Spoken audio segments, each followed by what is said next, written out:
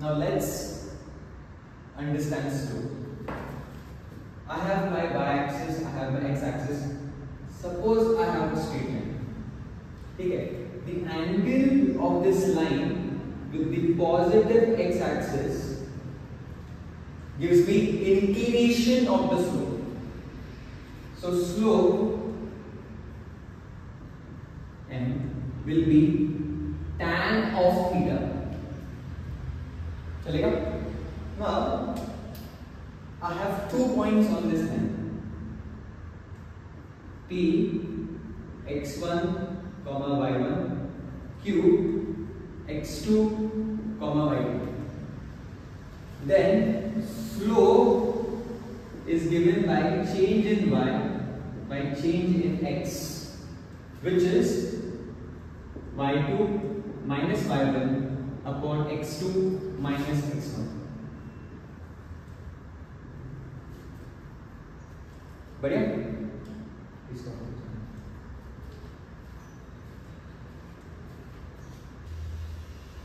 now in our syllabus we have displacement time graph, velocity time graph and acceleration time graph.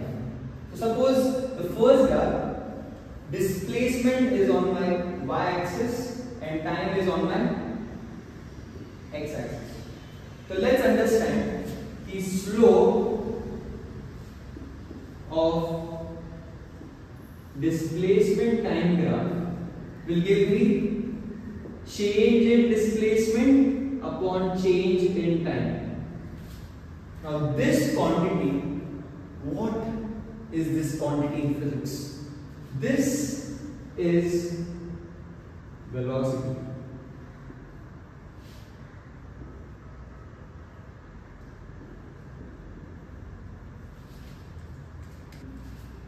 So I can clearly say the slope of displacement time graph gives me velocity of a body.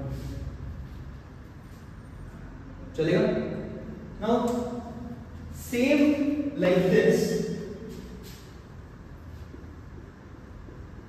slope of velocity versus time will give me change in velocity upon change in time. Is this v minus u upon t? This is nothing but acceleration of a body. So slope of velocity versus time graph gives acceleration.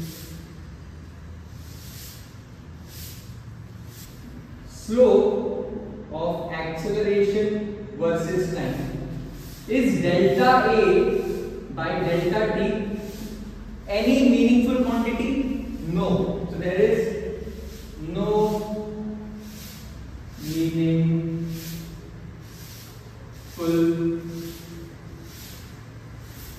quantity from this slope. चलेगा?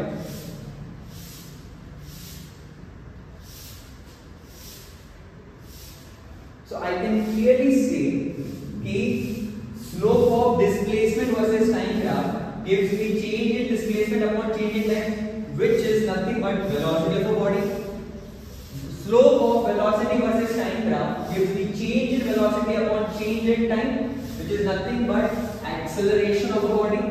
But slope of acceleration versus time, which is change in acceleration upon change in time, it's not giving me any important physical quantity.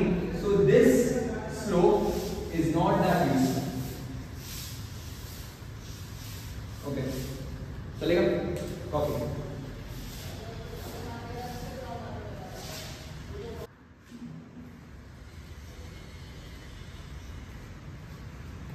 So now we have studied slope of displacement time graph gives slope gives velocity. Slope of velocity time graph gives slope gives acceleration. But acceleration time graph का slope, no meaningful quantity. Now let's understand this. Suppose I have displacement versus time graph. There are these three bodies: body A, body B, body C. Now since slope is directly proportional to theta, I can say कि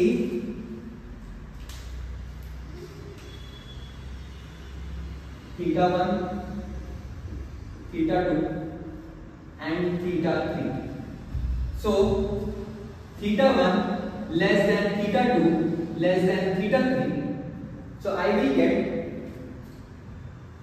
slope 1 less than slope 2 less than slope 3. But what does my displacement time graph ka slope give? It gives me velocity of a body. So can I say velocity of body A less than velocity of body B less than velocity of body C?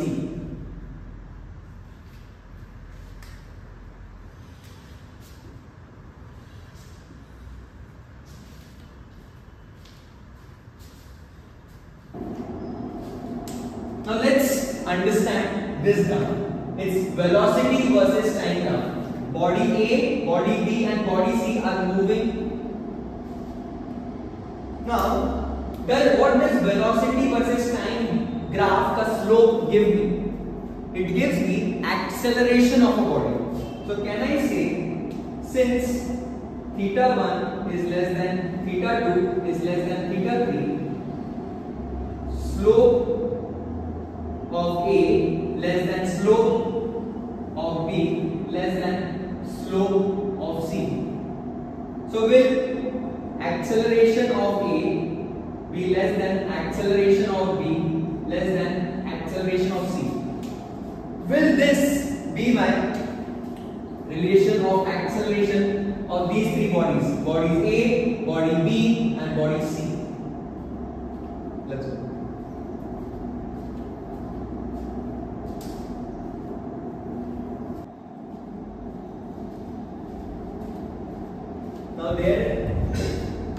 Now there is this question: find the velocity of the body from A to B, B to C and C to D, and this is given to us a displacement versus time graph.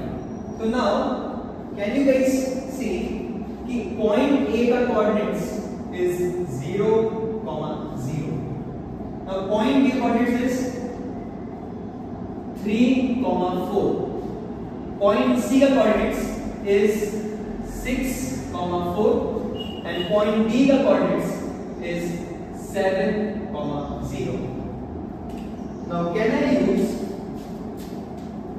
slope is equal to change in y upon change in x quantity, which is y2 minus y1 upon x2 minus x1. And the slope of this displacement time graph gives me velocity. So let's find slope AB. Will it be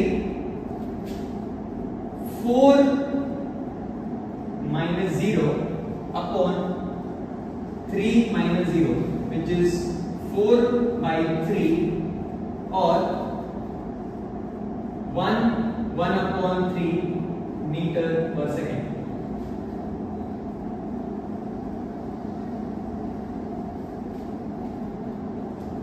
Now slope BC. Now in slope BC, can you see my y2 is 4 and my y1 is 4.